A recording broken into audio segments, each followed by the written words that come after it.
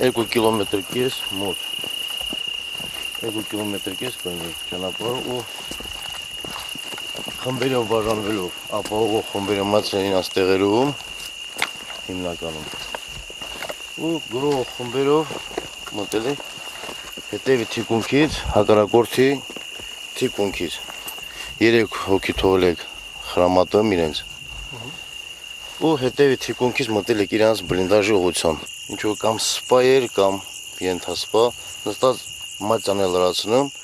իսկ մյուսն էլ կողը կայնած թվեր էր ասում բառեր էր ասում ու մյուսը լրացնում է երկու հոգի բլինդաժի դեմն էին կայնած գետնատնակի դեմը դռամոտ մի հոգի էլ աչում սիգարետ էր ծխում աչ կողմը ու տենց սպասեցի կարծեմ որ մութ տվավ լրիվության նայելով առաջնես գնացել եք ու այդ ուղղությամբ ես մի քանի օր առաջ դիտարկում ա եղել իմ գլխավորությամբ ձախի պոստից էլ աչի դիրքից էլ ձախից էլ դիտարկում ենք կարել ու մեզ համար էս եղել է ոնց որ ուղղություն որը հիմնականում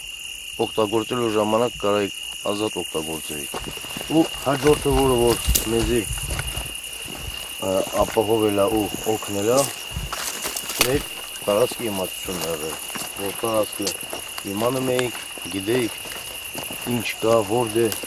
ինչ տարակային դիրք կա հակառակորդը որտեղ է նստած նախորդ ուսումնասիրել եք այդ ամեն ինչը ու միանգամից գործողությունը կատարել ու Հարկ Աստծո, սա նորմալ մեր կողմից սա ամեն ինչը լավ նպատակին հասնենք նման գործողությունը